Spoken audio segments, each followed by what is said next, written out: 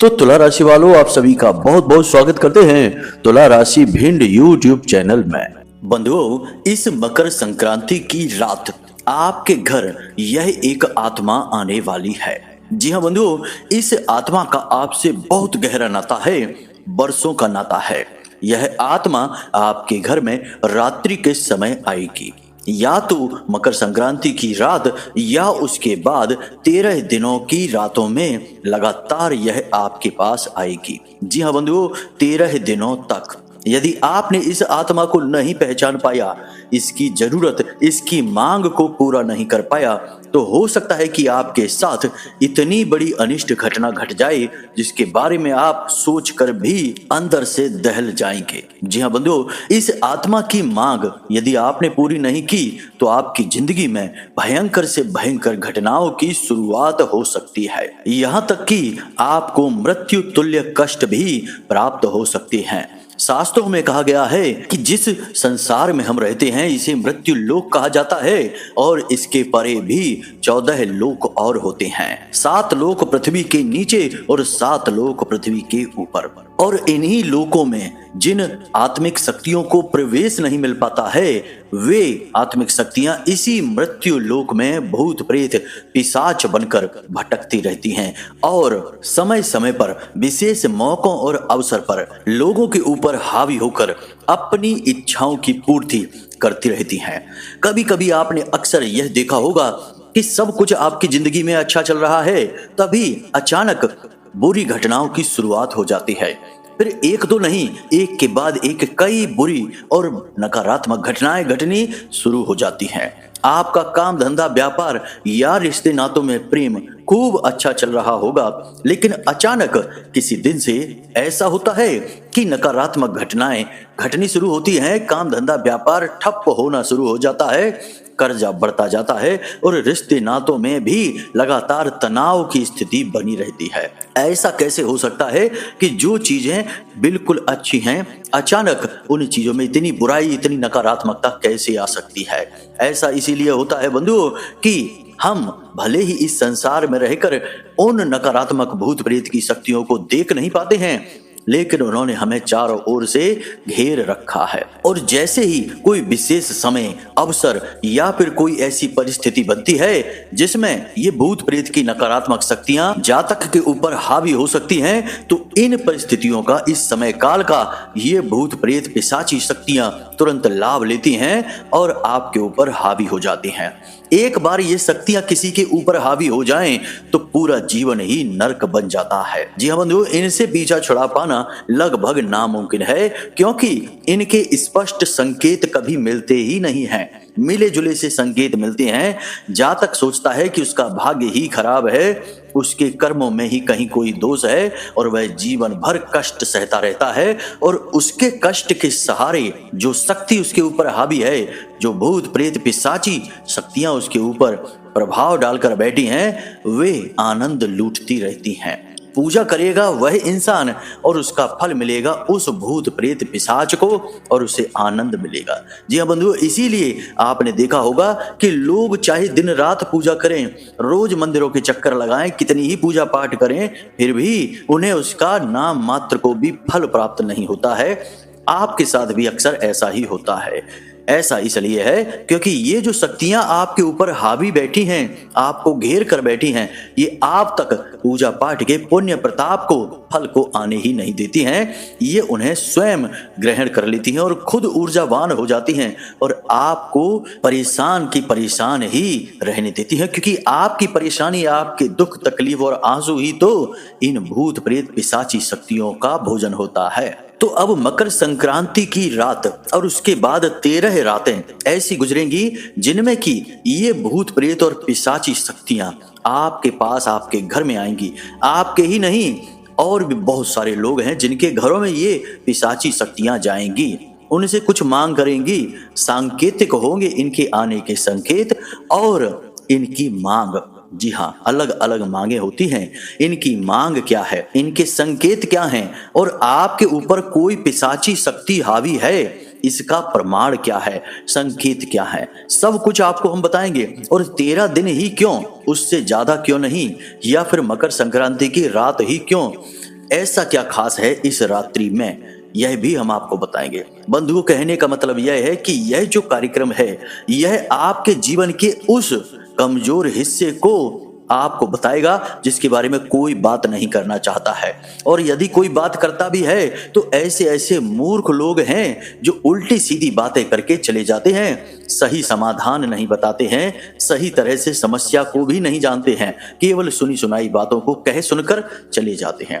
परंतु हम आपको आज आपके जीवन की समस्याओं की उस जड़ के बारे में बताएंगे जिसने शायद आपको इतनी बुरी तरीके से जकड़ रखा है कि अब आपके ऊपर कोई भी उपाय, कोई भी क्रिया, कोई भी पूजा पाठ, मंत्र, अनुष्ठान काम नहीं करता है। आपने खुद यह महसूस किया है। दिल से तो आप कभी किसी का बुरा नहीं चाहते हैं। आपने आज तक अपने जीवन में किसी के खिलाफ भी कोई भी ऐसा गलत कार्य नहीं किया है जिससे कि किसी के आंखों में आंसू आए हों। आप हमेशा दूसरों का भला करते हैं। इसी के साथ साथ आप पूजा पाठ, धर्म कर्म भी खूब करते हैं, कोई कसर बाकी नहीं है। अपने काम भी पूरी मेहनत के साथ करते हैं, कहीं कोई गुंजाइश बाकी नहीं रह जाती है। इन सब के बाद भी कायदे से नियम तो यह बनता है कि आपको बेहद सुखी होना चाहिए था, धन दौलत होनी चाहिए थी।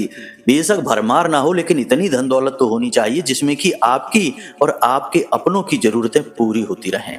इसी के साथ साथ आपके जीवन में कई प्रकार की खुशियां होनी चाहिए थी, लेकिन है इसका एकदम उल्टा कि आपके जीवन में दुख ही दुख हैं। हर जगह रुकावट, अड़चन, परेशानियां।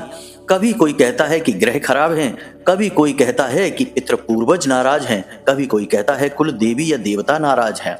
तो कुल देवी या देवता या पितृ पूर्वज क्या आपके शत्रु हैं? वे आपके शत्रु नहीं है, वे आपसे जुड़े हुए हैं, आपसे प्रेम ही तो करते हैं। तो वे आपसे नाराज भी होंगे तो क्या वे आपके जीवन को नरक बना देंगे? नहीं, ऐसा कुछ भी नहीं है। वे आपसे नाराज होंगे तो बस इतना होगा कि आपको बहुत अधिक सुख प्राप्त नहीं होगा, बहुत ज्यादा कामयाबी नहीं मिलेगी, परंतु कष्ट नहीं आएंगे आपके जीवन में, बस रुकावट सी बनी रहेगी जीवन की गति में। तो ऐसा इसलिए होता है कि आपके जीवन में दुख ही दुख इसलिए भर जाते हैं कि कोई पिशाची शक्ति आपके ऊपर हावी है। बातें तो और भी बहुत गहरी, बेहद महत्वपूर्ण, हमारी साधना के अनुभवों पर आधारित हैं, जो हम आपको इस कार्यक्रम में बताएंगे।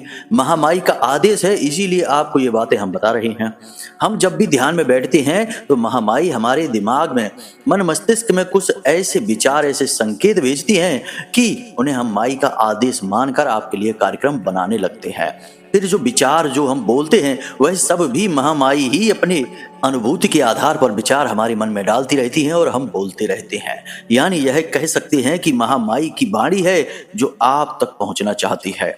आपको इस कार्यक्रम को पूरा देखना है। इस कार्यक्रम को देखने के बाद आपकी आंखें खुल जाएंगी, उल्टे सीधे उपाय करना आप छोड़ देंगे। कभी कभी तो आप ऐसे उपाय करने लगते हैं, ऐसी क्रियाएं शुरू कर देते हैं जिनसे कि ये पिशाची शक्तियां स्वयं आपकी ओर खिंची चली जाती हैं और आप इनको खुद ही आमंत्रित करते हैं अपने आप को दुखी करने के लिए। तो ऐसी गलतियां आपको नहीं करनी है। इनके विषय में भी हम आपको बताएंगे। बहुत ही महत्वपूर्ण ज्ञानवर्धक कार्यक्रम है और सीधे माई के आदेश पर निर्मित हुआ है। इसे आपको पूरा देखना ही होगा, वरना आपका यह पूरा 2025 ही नहीं, आने वाला संपूर्ण जीवन पूरी तरह से बर्बाद हो सकता है, मिट्टी में मिल सकता है। जी हाँ बंधु, तो निवेदन बस आपसे यही है कि आप इस कार्यक्रम में अंत तक बने रहें और जो बातें हम आपको बता रहे हैं इन बातों को गहराई से समझें, यानी कि समय निकाल कर इस कार्यक्रम को देखें, सारे दूसरे कार्य बंद करके फुर्सत से तसल्ली के साथ बैठकर देखें, क्योंकि ऐसे कार्यक्रम आपको रोज रोज देखने को नहीं मिलेंगे। पूरे YouTube पर इस तरह से शुद्ध ज्ञान कोई नहीं दे रहा है, बस इधर उधर की बातें घुमा रहे हैं, उसी में आप जैसे भोले भाले लोग बरगलाए जा रहे हैं। तो बंधु, आप शुद्ध ज्ञान को स्वीकार करिए, स्वागत करिए और कार्यक्रम में अंत तक बने रहिए। तो चलिए बंधु, माता रानी को याद करते हुए बिना किसी विलंब के इस कार्यक्रम को आरंभ करते हैं। कमेंट बॉक्स में पूरे भाव के साथ लिख डालिए, जय मां भद्रकाली रक्षा करो। माई आपकी रक्षा करेंगी, माई आपका पालन करेंगे। एक बार नहीं 3 बार लिखना बंधु, लोग इसमें भी कंजूसी करते हैं। लिखते ही नहीं है या फिर एक आध बार लिख के ही सोचते हैं कि चलो हो गया। नहीं बंधुओं, भाव बहुत आवश्यक है, अपने भाव को प्रकट करिए। इसी के साथ साथ जो लोग आज चैनल कार्यक्रम पर पहली बार आए हैं, याद रखें कि यह चैनल जो है, यह कार्यक्रम जो है वो माई के धाम से प्रसारित हो रहा है, माई की पूरी कृपा लेकर आया है। तो आपको आज इस चैनल परिवार का हिस्सा बनना है, जल्दी से चैनल को सब्सक्राइब कर लेना है और कमेंट बॉक्स में लिख देना है कि मैं भी माई के परिवार का हिस्सा हूं। ऐसा लिखते ही सीधे माई की कृपा आप तक पहुंचेगी, आपका उद्धार हो जाएगा। अगले 2-4 दिनों में ही आपको कोई ना कोई एक बहुत ही अच्छी शुभ खबर सुनने को मिल जाएगी, जो कि माई के प्रेम का, उनकी कृपा का प्रमाण होगी। तो चलिए जल्दी से कमेंट में लिख डालिए चैनल को सब्सक्राइब करने के बाद कि माई मैं भी आपके परिवार का हिस्सा हूं। तो चलिए बंधुओं, अपने कार्यक्रम के मूल विषय को अब प्रारंभ करते हैं, ध्यान से सुनिए। गुरुजी एक बात बताओ, आप कहते हो वीडियो में कुंडली का विश्लेषण करवाओ, क्या कुंडली का विश्लेषण करवाना जरूरी है? हाँ, कुंडली का विश्लेषण करवाना जरूरी है।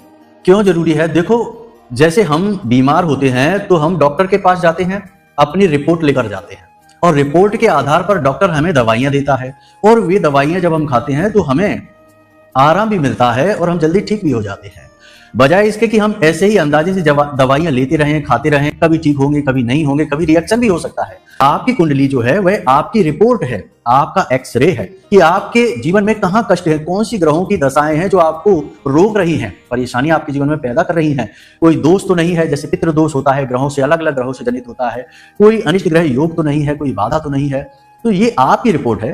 अगर आप अपनी रिपोर्ट दिखा देंगे तो आपको सटीक समाधान मिलेंगे, समस्याओं का सही कारण पता चलेगा और जीवन में खुशहाली आएगी। नहीं दिखाएंगे तो अंदाजे से दवाइयां लेते रहिए, ठीक होने की कोई गारंटी नहीं है। जैसा कि हमने कार्यक्रम के आरंभ में आपको बताया था कि हमारी सनातनी परंपरा में 14 लोकों का, या यूं कहें कि 14 भुवन का प्रमाण मिलता है, इसके विषय में विचार मिलता है। तो एक लोक है जिसका नाम है पितृलोक, और यह पितृलोक सूर्य लोक के ठीक ऊपर मौजूद होता है। और एक खास बात कि सूर्य देवता से पितरों का, यानी पितृ देवताओं का सीधा नाता माना जाता है, क्योंकि सूर्य देवता के पुत्र आर्यमान को पितरों का देवता कहा जाता है। यह हो गया सूर्य देवता से पितृ देवताओं का सीधा नाता। जब सूर्य देवता की किरणें पृथ्वी पर आती हैं तो पितृ पक्ष में ऐसा मानते हैं कि इन्हीं किरणों की ऊर्जा पर सवार होकर पितरों की ऊर्जा भी इस मृत्यु लोक में आती है। अब बंधुओं ध्यान से सुनिए, मकर संक्रांति का एक ऐसा विशेष पर्व है जिसका बहुत अधिक महत्व होता है। मकर राशि शनि की राशि है, इसके अधिपति शनि हैं और इसके कारक ग्रह भी शनि है, यानी इस भाव के कारक ग्रह भी शनि देवता हैं। यानी पूर्ण रूप से यह शनि के प्रभाव की राशि है, शनि का स्वयं का संपूर्ण घर है। इसमें जब सूर्य देवता प्रवेश करते हैं तो जिस प्रकार शनि देव अपने स्वभाव के ठीक विपरीत कार्य करने लगते हैं, यानी जातक को शुभ फल देने शुरू कर देते हैं, सकारात्मक घटनाएं जातक के जीवन में होने लगती हैं, उसी प्रकार सूर्य देवता के स्वभाव में भी परिवर्तन आता है। सूर्य देवता जहां क्रूरता के, अग्नि के, न्याय के प्रतीक होते हैं, वहीं इस घटना के बाद सूर्य देवता सौम्य हो जाते हैं, अपने परिणाम जातक के ऊपर अधिक से अधिक लुटाने लगते हैं। तो अब यहाँ पर देखा यह जा रहा है कि सूर्य देवता और शनि देव दोनों ही भयंकर क्रूर और बेहद न्याय प्रिय ग्रह हैं, लेकिन जब ये ग्रह अपने प्रभाव को कमजोर कर देते हैं या इसके विपरीत कार्य करते हैं तो नकारात्मक शक्तियों का प्रभाव बढ़ने लगता है। जी हाँ बंधु, अब जो पितृ देवता हैं वे तो पितृलोक में वास करते हैं, वे तो वहीं से आपको आशीर्वाद दे रहे हैं, और पितृ पक्ष में श्राद्ध पक्ष कहते हैं, तब ही पृथ्वी लोक पर आते हैं, मृत्यु लोक में आते हैं अपने बच्चों को देखने के लिए, अपने वंशजों को देखने के लिए। परंतु जो भी अधोगामी पितृ हैं, जिन्हें हम प्रेत कहते हैं, पिशाची शक्तियां कहते हैं, ये भटकते रहते हैं इसी मृत्यु लोक में और ऐसे ही किसी अवसर का इंतजार करते हैं। जी हाँ बंधु, तो जब सूर्य देवता अपने स्वभाव के विपरीत कार्य करते हैं तब इन पिशाची शक्तियों का बल बढ़ जाता है। अब रात्रि के समय क्यों ये शक्तियां हावी होती हैं, इसे भी ध्यान से समझिए। सूर्य देवता हमेशा नकारात्मक शक्तियों का निरोध करते हैं, उसके रास्ते में अवरोध का कार्य करते हैं। लेकिन रात्रि के समय सूर्य देवता नहीं होते हैं, तो शास्त्रों में कहा गया है कि रात्रि के समय माया सोई रहती है और हर प्रकार की सकारात्मक या नकारात्मक शक्ति बहुत अधिक ऊर्जावान हो जाती है।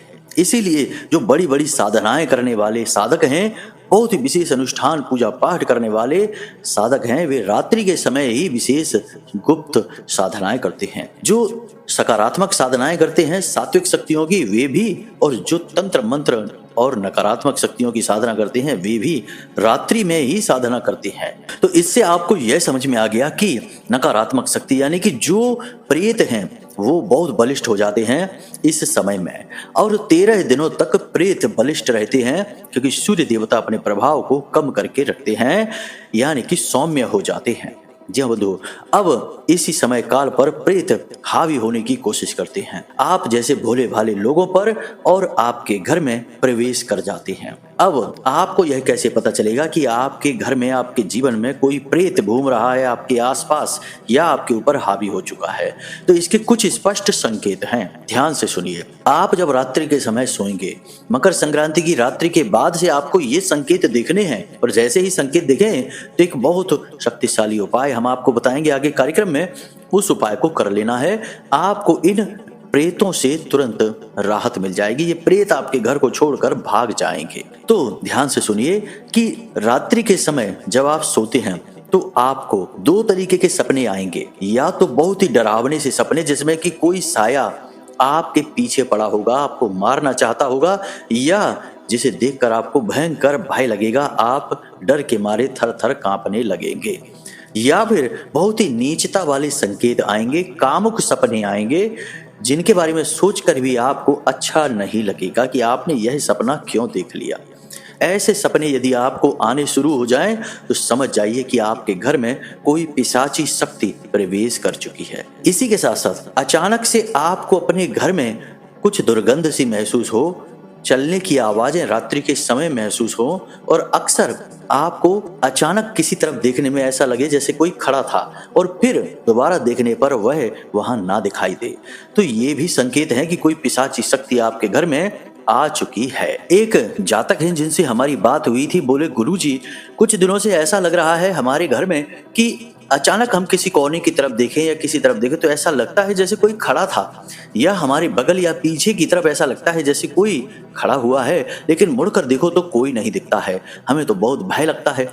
हम उनसे जब बात कर रहे थे तो उनके जो संकेत थे वे इसी ओर इशारा कर रहे थे कि उनके ऊपर कोई पिशाची शक्ति धीरे धीरे हावी होना शुरू कर रही है। तो हमने उनको कुछ उपाय बताए और उसके बाद उन्हें उस पिशाची शक्ति के संकेत मिलने बंद हो गए, यानी वह उन्हें छोड़कर भाग गई। तो ये शुरुआत होती है बंधु, बाद में फिर एक बार जब ये शक्तियां हावी हो गई तो इनसे बच पाना बहुत मुश्किल है, नामुमकिन है। तो शुरुआत में ही समझ लेना बहुत आवश्यक है। दूसरा कि आपका कोई भी काम हो बनते बनते बिगड़ जाएगा, आपके मन में विचार आने बंद हो जाएंगे, हमेशा आपके मन में ऊल जलूल अनावश्यक नकारात्मक विचार ही भरे रहेंगे। आप चाहकर भी इन विचारों से पीछा नहीं छुड़ा पाएंगे। नकारात्मक कार्यों में आपकी रुचि बढ़ने लगेगी, आप चाहकर भी इन कार्यों से दूरी नहीं बना पाएंगे। आपको अपना कार्य करने का मन नहीं करेगा, अपने ही कार्य से आपकी रुचि समाप्त होने लगेगी और उल्टे सीधे कार्य, उल्टे सीधे विचार आप करना प्रारंभ कर देंगे। एक सबसे महत्वपूर्ण बात कि अचानक से आपका स्वभाव बदलेगा, अचानक आपको बहुत अधिक क्रोध आ जाएगा, फिर दूसरे ही पल आपको बहुत अधिक प्रेम आने लगेगा। तुरंत आपको अपने ही काम पर, अपने कहने पर पछतावा होने लगेगा, तुरंत आप किसी से बहुत बुरी तरीके से झगड़ सकते हैं और तुरंत ही आप बदल जाएंगे और आपका स्वभाव बहुत ही प्रेम भरा हो जाएगा। अपनी गलती की आप क्षमा मांगते घूमेंगे। यह स्वाभाविक परिवर्तन भी सांकेतिक इशारा है कि कोई पिशाची शक्ति हावी हो रही है। एक संकेत और है कि पूजा करते करते अचानक से दीपक का बुझ जाना, यह दीपक की जो लौ है वह बहुत छोटी और बहुत ही धीमी जलना। जी हाँ, दीपक की जो लौ है उसमें से काला धुआं निकलना। पूजा करते समय मन में उल्टे सीधे कामुक विचार आना, नकारात्मक विचार आना, साथ ही साथ बहुत तेज जम्हाई आना, नींद आना और हाथ से किताब चालीसा की या फिर माला छूट जाना, ये सारे संकेत हैं पिशाची शक्तियों के। आप ध्यान से समझते जाइए। अचानक आपके घर में नमी बढ़ने लगेगी, एक अजीब दुर्गंध सी आने लगेगी, लोग आपके घर के दरवाजे पर बैठना बंद कर जाएंगे, आपके घर कोई मेहमान आएगा तो दूसरे दिन ही भाग जाएगा, रुकेगा नहीं। और धीरे धीरे जब इन शक्तियों का प्रभाव बढ़ना शुरू हो जाएगा तो आपको अपने घर में बिल्कुल भी अच्छा नहीं लगेगा। घर से बाहर तो आपका मन बहुत अच्छा रहेगा, लेकिन घर में जब आप आएंगे तो आपका मूड खराब हो जाएगा। घर का माहौल मायूसी और उदासी भरा रहेगा। ऐसा लगेगा कि जैसे घर में कोई गमगीन घटना घट चुकी है। बिल्कुल शमशान की तरह शांति और मायूसी घर में छाई रहेगी। बाहर जहां आप अपने मित्रों के साथ, अपने सहकर्मियों के साथ हंसते मुस्कुराते दिखाई देंगे, घर में आते ही अचानक आपका मूड या तो खराब हो जाएगा, क्रोध से भरने लगेगा, या फिर उदास हो जाएगा। पता नहीं किस बात की उदासी मन में हावी हो जाएगी और आप दुखी से दिखाई देने लगेंगे। ये संकेत हैं, और भी संकेत बहुत सारे हैं, लेकिन अब जो महत्वपूर्ण संकेत है बस उन्हीं की चर्चा हमने की है। बहुत सारे संकेतों की चर्चा तो करेंगे तो कार्यक्रम बहुत अधिक लंबा हो जाएगा। तो आप खुद ही अनुमान लगा लेना कि अचानक से आपके जीवन में कोई बड़ा परिवर्तन आ जाए तो समझ लीजिए कि यह परिवर्तन आपका नहीं है, उस पिशाची शक्ति का है जो आपके ऊपर हावी है। तो ये संकेत अगर आपको दिखें तो सावधान हो जाना। नकारात्मक शक्ति, भूत प्रेत पिशाच की शक्तियां आपके ऊपर हावी हो चुकी हैं, आ चुकी हैं। अब आपको क्या करना है इसे आप ध्यान से समझिए। सबसे पहले आपको अपने पूरे घर में गंगा जल का छिड़काव करना है। कैसे करेंगे यह? एक लोटे में, जो पूजा पाठ का लोटा होता है, उस लोटे में जल लेंगे, उसमें कुछ बूंदे गंगा जल की मिलाएंगे और उसे पूरे घर में, घर के बाहर मुख्य दरवाजे पर और छत पर अच्छी तरह से छिड़केंगे। इससे नकारात्मक शक्ति की शुरुआत जो होगी वह कमजोर पड़ जाएगी। इसी के साथ साथ आप अपने पूरे घर का बंधन करेंगे, यानी कि महामाई का बंध अपने घर में लगाएंगे। यह आप कैसे करेंगे ध्यान से सुनिए।